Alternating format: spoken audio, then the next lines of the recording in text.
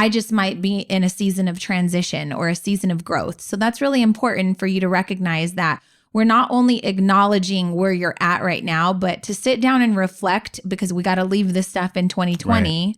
We need to take the whole entire year into accountability. Yeah, and this is not about lying to yourself or living in la la land. This is about seeking out those things that you need to acknowledge that hey, this happened. I want to make sure that we stop and we recognize it. And there's always a time to be critical for yourself. Welcome to the Push Podcast. Why push? Because a nudge is just too friendly. And friend, we're here to help you get your shit together. I'm Eddie. And I'm Janelle. And we're the Copelands. We've got 3 daughters, 2 businesses, a mortgage, and lots of responsibilities. So just like you, we're struggling to find that perfect balance of ambitious go-getter hustle while still staying present, loving our kids, and working on our relationship. And doing the laundry, going to the grocery store. Oh, and don't forget being mindful. Yeah, all of the stuff. So if you're juggling all the things, but you're also trying to get to the next level, guess what? You're in the right place. So get ready to be pushed.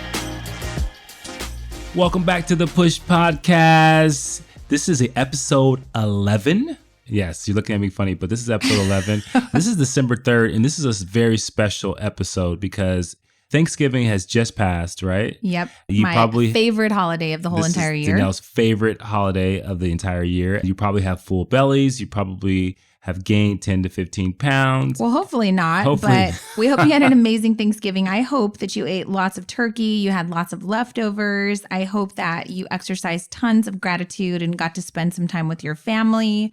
And I hope that you're rested and excited to push into the last couple of weeks of the year. We are now in December. It's super exciting. And before you know it, we'll be wrapping up 2019. We're wrapping up this decade. Right, which is so exciting. Yeah. So we wanted to go through a little exercise with you that we learned from a couple of mentors that we have. We put a little remix on this, but I think this is the most effective way and fun way to wrap up the year. More fun.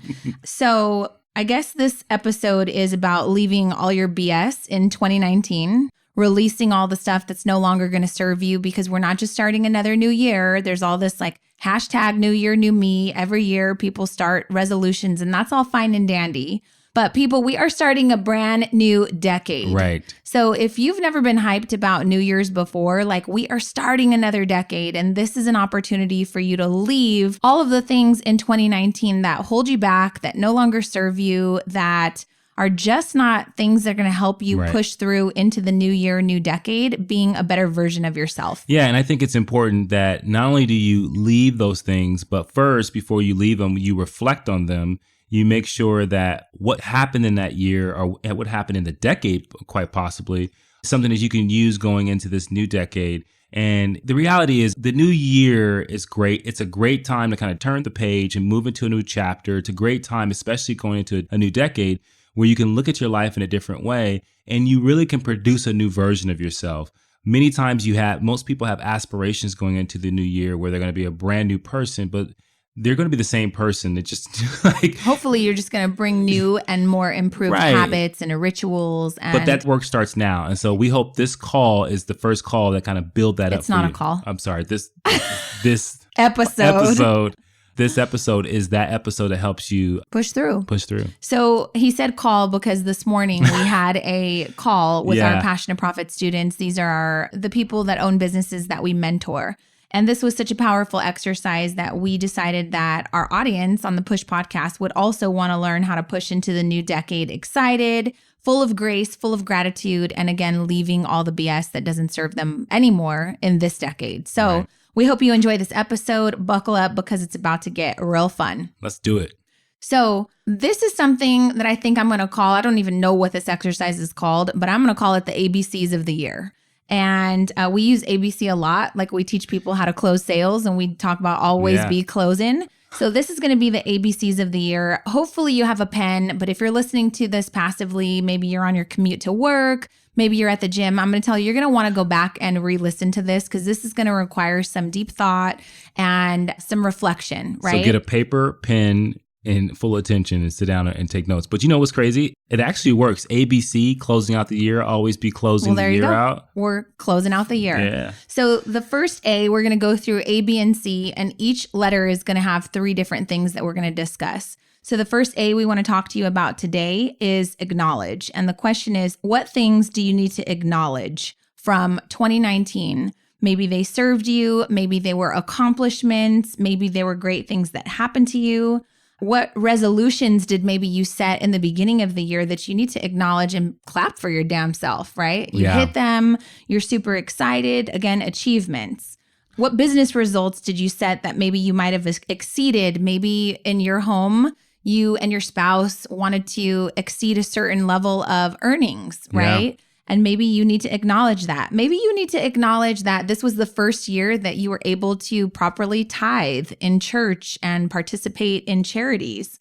So I guess acknowledge is what things worked well, what things are we celebrating, and what things served you. Yeah, what things made you feel like you were winning? What things like you look back and you said, God, I didn't pay attention to this, but back in February when we were able to pay this credit card off and we didn't even celebrate, or we were able to make an adjustment in our household and so we kept our house cleaner, right? Those are like wins that you have to acknowledge that happened because we over-index like the bad things in life, right? And so you see all the things that you don't do well and we attach this emotion to it. And what ends up happening is that it feels like it lasts forever. Right. And then right now you're probably looking at, hey, it's December and whatever storm you're going through right now, you're kind of using that to blanket the entire year. And that's not accurate. And it is not true. It's a lie. So if you are noticing that you're in a shitty season right now of life or the year, be very careful that you don't sit there and convince yourself that the entire year in 2019 was sucky, because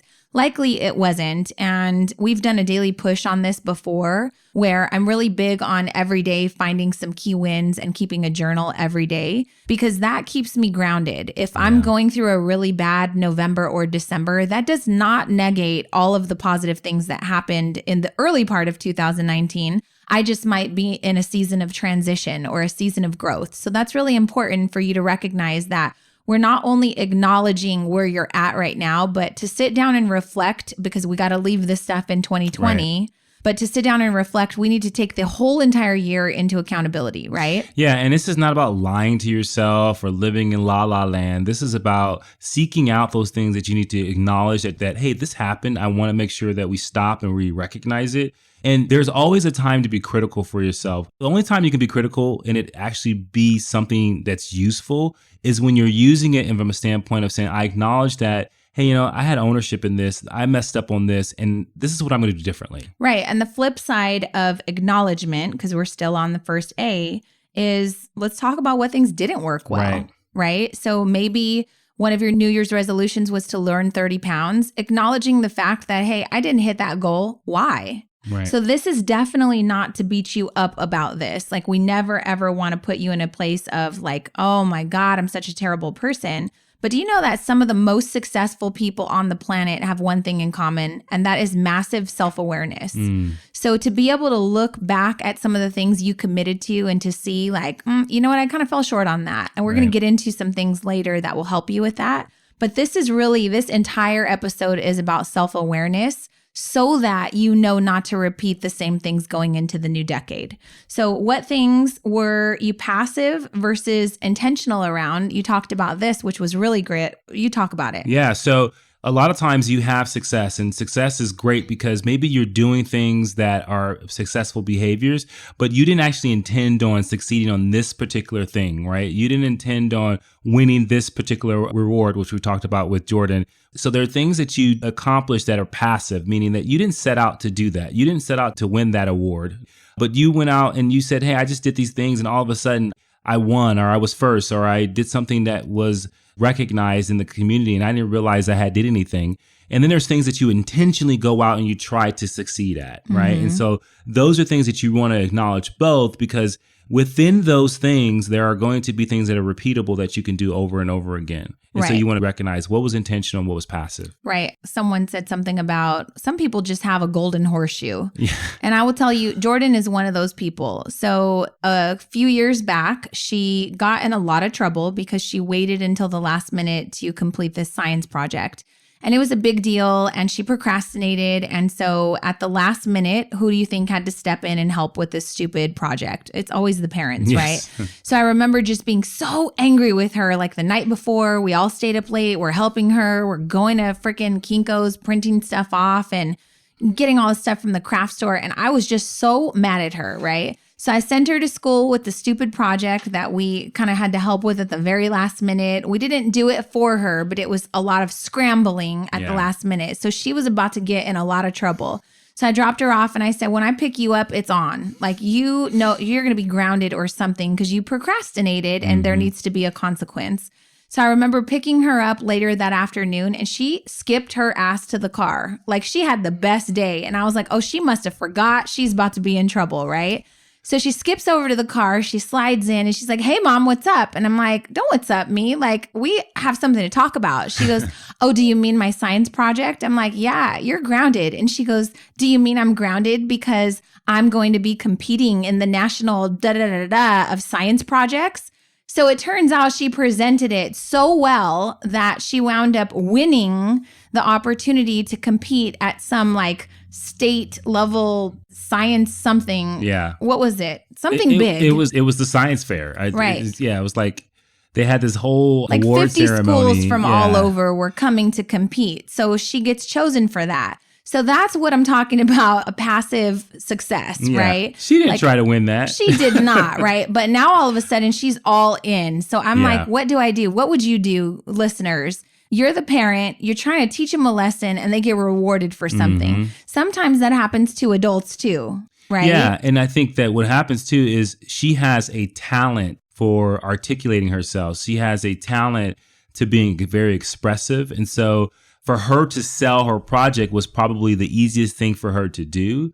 But when your skills run out, then you have to be really intentional. I should say when your talent runs out and you've got to focus on the skills that you need to succeed, that's where you kind of get into some choppy waters. But for her talent, she's a great talker. Coasted her to to the freaking finals of the science fair. And so you have to take note of that. You have to take note of things that, hey, you know, my talent got me here, and the next thing I need to do now is I got to really work on the skill going into 2020. Right. Because in 2019 I was able to coast just because I'm just like naturally good at these things, right? And so we can talk about that in another podcast around whether or not you were naturally good at it, but you have to take note on what things have passively come your way that you were successful for. Because I can tell you, myself and Janelle, we can tell you, like, there were many times in our lives that we actually succeeded at things just because straight talent. Well, we're also very persuasive and we're great talkers. And so I think we can sell people on things.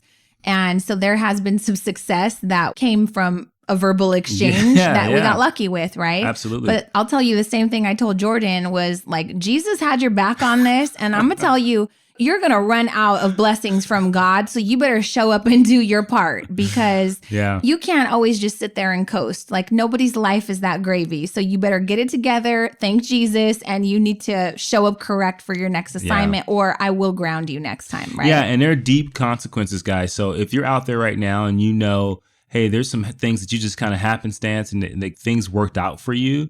Like, you have to know that there are consequences if you don't necessarily take that into consideration that, hey, I need to work on this thing so that next year, like, I'm very intentional, but also that's how you raise the level. That's how you go to the next level is you start to really understand, like, hey, what it means to be intentional about the things that you're focused on. Right. So after acknowledge, we have awareness. So what things do you need to be aware of? This usually is going to come from like things you need to be aware of about yourself. Are there habits that you need to change? Are there limiting beliefs? Do you fly off the handle? Are there things you do that you need to be aware of so that you don't continue to do them going forward because maybe they strain your relationships? Right. Maybe they keep your finances stagnant. Maybe they hinder your relationships with your children, whatever it may be, you need to be able to take some really great inventory around self-awareness and just ask yourself, like, what things do I need to be aware of? Yeah, and awareness is huge because I think that is the unlock for many things in your life. Like awareness, another word for awareness is intelligence. Like when you gain awareness around something, you gain a deeper understanding of what it's about. Like if I give you a piece of technology and I say, hey, here's a piece of technology, and you say, oh, cool, here's a new iPhone, whatever it may be, I have to gain awareness of how it works, what it can do for me. So my intelligence has to increase in order for it to be useful for me.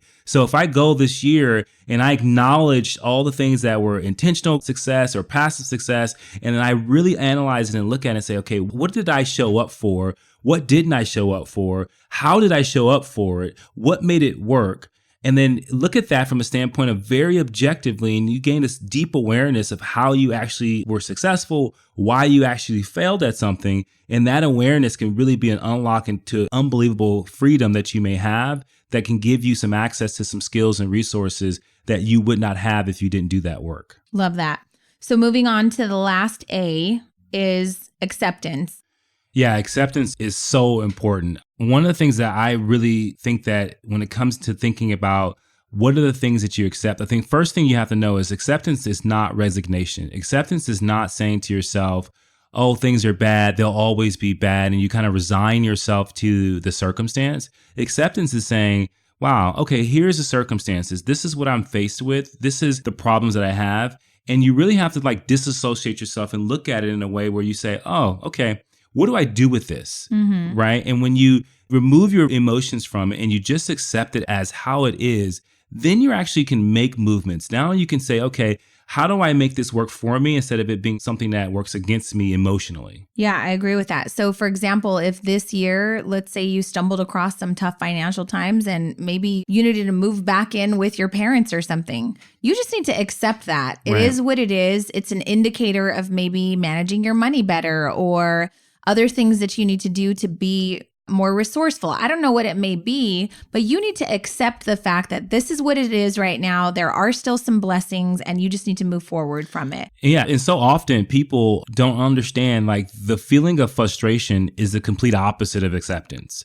And when you feel frustration, what you are actually feeling is a resistance to reality. You're saying, what is happening? What transpired? I don't want anymore. When you know you can't take it back, it can't be redone. And all you have to do is to say, this is the current reality that I'm working with. It's the choice that's going to give you the freedom and the access to move forward and do everything else differently than you did in the past. So again, that quote was, frustration is a resistance of reality. And I'll just tell you, that's an F word that is not allowed in my bakery.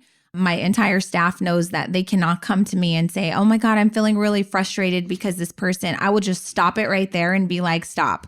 So when you're frustrated, it's a you problem. That means that you've let something happen over and over and you need to do some self-reflecting. So maybe I'm not communicating properly. Maybe I'm not explaining how badly this impacts my position. Right. So we don't use the word frustrated because it's something that sometimes there's some acceptance required. And sometimes the acceptance is feedback on you checking yourself and how you're looking at a situation.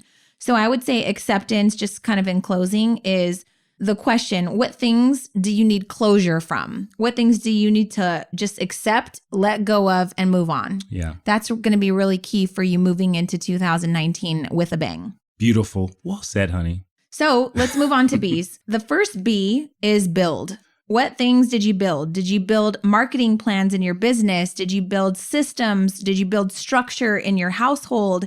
Did you work on building great relationships this year? Did you work on building greater self-awareness, which is why you're listening to the Push podcast? Absolutely. What did you build? Did you build a better body? Did you build a better mindset? Did you build, you mentioned relationships, but did you build meaningful relationships? Were you intentional? Did you like set times where you say, I'm going to connect with someone that's important to me? I want to build this relationship. And I think that when you think about building and you think about creating or manifesting something, it takes having a deep belief of like, hey, I know that I can make this happen. And so builders are creators. And if you are creating and you stay in a creation state, it's an amazing place to be. So kind of like, who did I build up this year?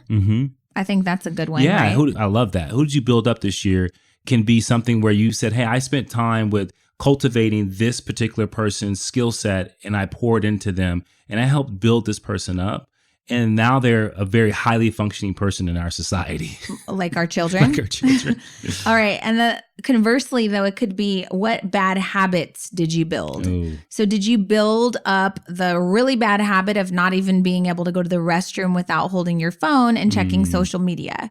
There are some crazy statistics out there right now that say that people literally never put their phone down. And they pull up, I think, Facebook and Instagram like over 47 times per day. That is building a bad habit, y'all. Yeah, and because when you build those types of habits or if you build those types of routines, your outcome in life changes tremendously. Right. So did you build dependency on something? Right. And if it is your phone, then I would tell you that's good self-awareness, right? But we need to move on. So the next B is brave. What things did you do that you had to exercise being brave with? Well, if you answered build pretty well, then you probably were pretty brave with being audacious and taking on challenges, right? Yeah. And so feeling the fear and doing it anyway kind of thing. So how have you been brave this year? Have you been brave and stepped out of your comfort zone and maybe attended some networking meetings? Have you been brave and volunteered at church or in your community or done something that you wouldn't normally do?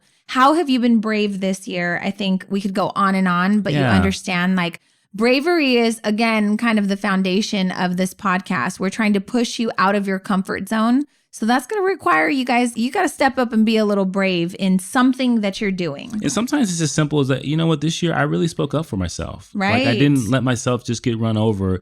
I stood my ground on things that mattered to me. And I showed my bravery. It doesn't have to be this crazy, like Indiana Jones type of bravery. But maybe you did jump out of a plane this year. I don't know. Maybe you did. Maybe you saved somebody's life and you were extremely brave. That is awesome. Make sure you leave a comment. We want to know about that. Yeah, maybe you were like some of the ladies that went to our retreat recently and they were brave and they got tattoos and now they're carrying words that they want to represent the person that they're trying to push forward and be. Yeah. So some of the tattoos said things like, I am enough, right? Some of the tattoos said things that were reminders of who and what they need to be. So surrender, or what was the other one? I don't know, but they were really brave and they got some amazing, great tattoos. So bravery could be lots of different things. Yeah, and I think you have to make sure, like, making sure that taking bravery into 2020 is going to be a continuous thing. Like, you can be brave with one act, but you have to make sure that you're being courageous all the time and consistently so that you can do the things that you really want to do in life. Yes. All right. The last B is bothered. What things really just bothered you? Shit out of me. So I'll tell you, a lot of you immediately when we say this, you're like, I have a list of 72 things, people included, that bothered the shit out of me in 2019, right? And I want you to take some time, maybe pause this episode, write that list, because then the next part of this homework assignment is going to be, I'm going to need for you to burn that.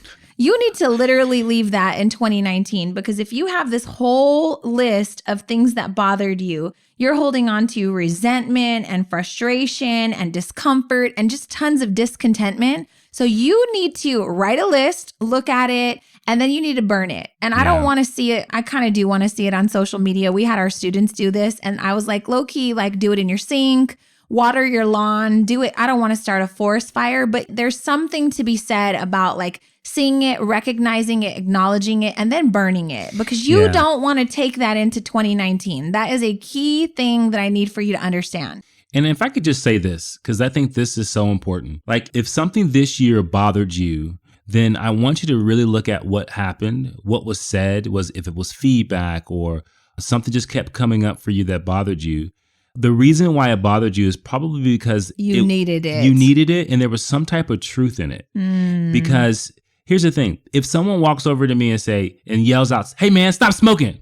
And I was like, "What?" He was rude. That pissed me off. That bothered me. It would never bother me because I'm not a smoker. Well, but here's the thing. If I was someone who was trying to overcome smoking, and let's just say I was having a tough time with that addiction, and someone said that to me, and I was bothered and triggered by it because it was hitting my ego, and I know it was something I was trying to get better at, or I was trying to improve, then you know there was some truth deep-seated into that. And so we like to talk about triggers. When things trigger you, that's usually an indicator that you need to be aware of. Right. yeah, people are crazy and they're going to say things that are going to bother you, but sometimes there's truth to it. Right. And that's why it's bothering you so bad. So before you move on to it tickles your ego.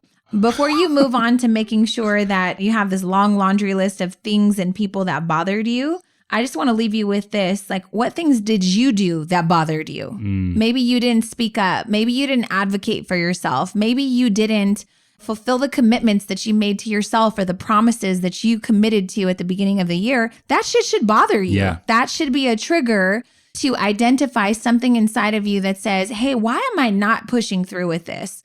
And that's just feedback. So again, self-awareness does not mean that you beat yourself up, but it means you have really great conversations with yourself to be able to show improvement and push through. Yeah, absolutely. And I think out of all of these, that whether it be the A's or the B's, this is the one I think that takes a tremendous amount of vulnerability to be honest with yourself and say, these things bother me because I know them to be true about myself. Someone called me out on it. It drove me crazy. And I need to face it and I need to do something different about this. And one of the things we say often that I got from my stepmom, Robin, she says, what happened and what did you make it mean? Yeah. And usually that's where that comes from. Things bother you and like you're making it mean this whole next level thing. So back to your smoking analogy, right? It would bother you and you would make it mean some crazy thing because you're already struggling with it. Right. So it's a really good indicator, again, of how you must exercise self-awareness in order to accept that and get better. And I think this is a sensitive thing, but I have to say it. I think when people struggle with having a healthy weight, when people refer to someone as being out of shape or something comes up, whether it's a joke about weight, and someone who struggles with it, it really bothers them because there's a line of truth of saying, hey, I really haven't done everything I possibly can to be healthy. Yeah. I really haven't been as disciplined as I say that I am. So that would be that trigger. That is that trigger that has that dose of truth in it. And you're like, that truth penetrated my ego and that truth made me triggered because my ego was bothered by it because I'm trying to identify myself as someone who is a victim to my weight. Versus someone who needs to take some massive responsibility for moving in the right direction of attaining better health, right? So that's going to piss off some of you. And I'm going to tell you, you're probably the one that needs it then. I'm just going to be straight up because we've all been there where we can easily list a million reasons why we're not doing something or whatever the case may be. But usually when it comes to making yourself a priority and your health a priority, we know that it's something that we take for granted. But we say really dumb things like, I tried every diet. Really, you didn't, because it's science. If you consume less calories than you actually burn, consume less calories. Did I say that right? Why does it sound weird? You said it right. I don't know. You looked at me funny and no, I was like, am I lying? No, I'm not going to look at you ever again. No, I'm just joking. But you understand it's science. If you want to lose weight, you need to be active. You need to exert more calories than you consume. That's what it is. We know that there are circumstances that make it harder, but I do know that there's a line that people have where they do victimize themselves. And I think that it's the wrong thing to do when you deeply know, truthfully, that you're not doing everything possible. So if this bothers you with a B, then the ABCs of ending the year are implying and indicating to you that you need to make it more of a priority. So you need to go back to acknowledgement because you may be not acknowledging the times that you were not on track. Right. So moving on to the C's. So the first C is congruence. Woo! I love congruence. What commitments were your actions congruent with? Were they congruent with some of the commitments you made in business, in relationships? I don't know. I feel like I could go on and on because congruence is a big thing. But when you feel out of congruence, out of alignment with the commitments that you made, again, not to beat yourself up, but it's always about self-awareness. Yeah, 100%. And one of the things, and like I said on the call earlier, I'm going to go a little deeper with this. I'm going to tell you this.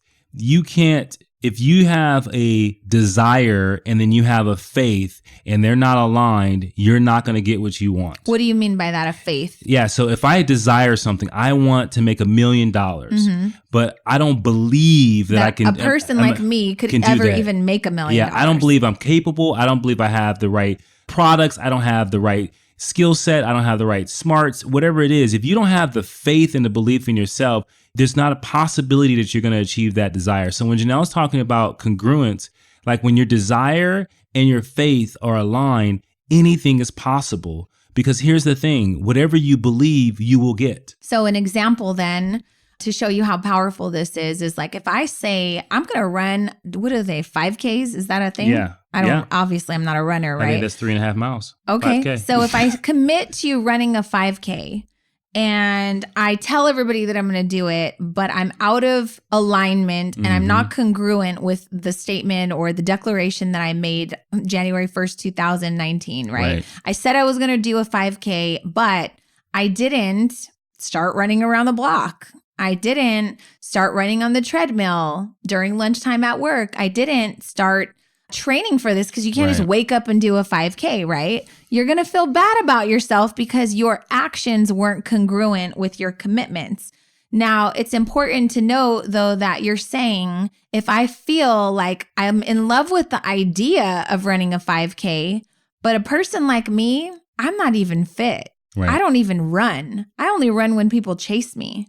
I'm not even a runner. Who am I to think that I could do this? So what he's saying is if you don't even have the faith and the belief that you can actually be a person that runs a 5K, you will never show up and go to the gym. Absolutely not. You will never run your ass around the block, right? So you've got to understand that when you're making these massive commitments, you need to peel back the onion layers and say, why am I not being congruent with the commitments that I'm making? I think it's because I don't even think that I'm the type of person that could ever run a 5K. Yeah, and until you actually figure that out, then you'll never do it. And here's the thing. You'll set out to say, hey, I love the idea. And maybe you say, I think I can do it. And maybe you may say, I maybe believe I can do it. But if you don't have deep belief and a deep faith that you can do it, then you're walking around with fragile faith. And with fragile faith, the first ounce of pain, the first ounce of obstacles, the first ounce of the weather's not right, all of a sudden you're like, oh, I can't do it today. It's not that big of a deal. Yeah. I'll just miss today. And you see it all the time. Like if you guys follow sports or you see different people in business, like they have a deep belief in what they're doing. And there's nothing that you can deny. Even if they don't get results immediately, they know that this is not the results they're going to get in the long run, that this is just temporary. And so they press on and they move forward. Can I also just tell you, though, that you're going to suck in the beginning? Like for me, I just told you I'm not a runner. But if I wanted to run a 5K, it would take me time, but I would have to be congruent with my commitments. I would have to train. I know that I would suck. I heard a podcast, it was a TED Talk the other day. This woman said she's not a runner, so she decided one day she was going to run. She runs out of her front door with some sweatpants on, holding her phone because she can't put her phone down. And she's like, oh, maybe I'll put my phone in my pocket. Well, in her baggy sweatpants, it's hitting her leg now. So now her pants are falling down on one side. So she didn't do her research to realize, oh, this is why runners wear spandex. It holds things in. You don't have to fidget with your clothes. And I thought that was a really great analogy to say, like, you know, you're going to suck at everything you do that you commit to. That's the first time you've ever done it. You better buckle up, though, because you sucked at a lot of things, which were mostly the first time you did something, you should have sucked at it. Right. But look at you persevering and pushing through. Your mom didn't look at you and say, God, she's never going to walk. She fell. She's not going to be a walker. We're done with the walking thing. Right. So I don't know why we're so hard on ourselves, but you need to learn how to embrace sucking. And I think that leads to the next C, which is compassion. Yeah. Talk to us about compassion. Compassion is so important because I think it's active love for yourself, right? And I think when you have active love, then you can kind of squeeze in the word grace, right? Yep. And you can say, God, I love myself and I'm actively doing things to show my self-love, whether I take time out to myself and be quiet, or I really take the time to do this type of work right now that we're talking about now. And I reflect on my year. I acknowledge things. I hold myself accountable in a loving way. Like all those things come down to compassion. So what things do you need to show compassion for as we wrap up the year? Do you need to show compassion for the strained relationship that you have with a parent that you've been letting linger on for too long? Do you need to show compassion for your ex-husband that cheated on you, who's now moved on and has a hot new girlfriend and you saw them in the gym? Show compassion for that because you just need to move on. And you being upset and resentful isn't going to get you anywhere. So just show some compassion to yourself to know that it wasn't your fault. Yeah. Right? And I think that to understand that, Like life goes on. Mm-hmm. And like we talked about in another podcast, we talked about, no, it wasn't another podcast. I can mix all our conversations up, but we were talking about kind of the law of time giving you the gift of being able to move forward and to know that, hey, every minute provides either the gift of grace or the curse of regret. And I think that when you're showing yourself compassion, you're constantly giving yourself the gift of grace each minute you have, because when you give yourself the gift of grace, you move forward faster. So what things in closing compassion do you need to forgive yourself for? That's a big question. I think it's really, really important you spend some time on that, because maybe some of you went through a divorce this year and you need to forgive yourself because you think that you're ruining your kid's life. It's not true. Yeah. It's just not true. But if you don't do the acceptance piece that we talked about in the A, you'll never get to the compassion piece. You'll never get to grace, and you'll never get to the forgiveness. You'll be stuck in this situation where you'll perpetuate that emotion over and over and over again. And I think that's when people get deeply sad. Yeah. And compassion could be as simple as like, hey, we were in grind season this year. The Copelands, like we worked our faces off. I've learned and acknowledged that season served us, but I'm done with it. So I'm accepting that I need to move forward and show some self-compassion because I need a day off and it's okay, right? And so that leads me into the last C of the year, which is cut. What things do you need to cut out of this year? What things did you cut out? So like we're cutting out this massively crazy, insane workload because it's not going to serve us the type of people that we want to be going forward. We want to be more balanced. We want to be more present for our kids. So we need to cut some time out of our schedules, which meant that this year, the book that I was writing, I had to cut that out of my list of priorities because I just didn't have the time, right? I couldn't make it a priority like I wanted to. And if we're writing a book that's going to potentially serve and impact thousands, if not millions of people, then I need to be present and really in a great state when I'm taking the time to write that book. So about mid-year through, I was like, we're tabling this. This is going in the parking lot. I highly suggest you have a parking lot for goals because let me tell you, the new decade, we've probably inspired you. You're going to have tons of things you want to sign up to do now in 2020, and that's great. But at some point, it's okay to cut things out that are not serving you anymore mid-year sometimes. Yeah, cut it out and paste it somewhere else. Put it in the parking lot. Right? The cut piece is important because it can go to your lifestyle. Maybe there's things you need to start cutting out as far as like minimalizing. Cut out sugar. Yeah, cut out sugar. Cut out clutter. And cut out clutter. Maybe you need to cut some relationships. Maybe you need to cut some, obviously we talked about bad habits. There's some things that you need to ruthlessly eliminate from your life because it is distracting you from actually doing really good things. And so when you do that and you clear the path for yourself, it provides so much clarity. And now when you go and do this exercise going in the future, and let's just say you do this exercise every week or every month and you start to look at things, the more you cut, the more you can see. Yeah. And maybe you need to cut out negativity or negative people. Maybe you need to cut out activities that you're doing that are just not healthy for you. Maybe you need to cut down or cut back some of your TV time, some of your game time, some of your social media time, some of your downtime, so that way you can be more purposeful. So we're really excited to see what some of your lists are. We would love, love, love for you to share this episode on social media, on Instagram. We'll be resharing if you share. And as always, please let us know how we can help serve you. If you would take 2 extra minutes to rate and review this podcast, and then in the comments, let us know what stood out the most to you in this, because this will help us provide and create more content going forward. But friends, we're really hoping that these episodes are helping you to get excited about pushing into the new year. Yeah. And if I would just give you any tips, so we talked about, like, kind of recapping really quickly, we talked about acknowledging, awareness, and acceptance in the first part. And those are our A's. The easiest thing I could do to strip that down, because I think that gives you access to the B and the C areas, because when you see it from a standpoint of acknowledging it, when you learn it from a standpoint of being aware of it, and then when you accept it, that allows you to use it. So you see it, learn it, use it. And I think that when you do that, now you can go into building, being brave, and all other things that are on the list. I think that would help you out. And if you go to thepushpodcast.com, episode 11, we're going to give you a free tool to help print this out in case you were listening to this during your commute.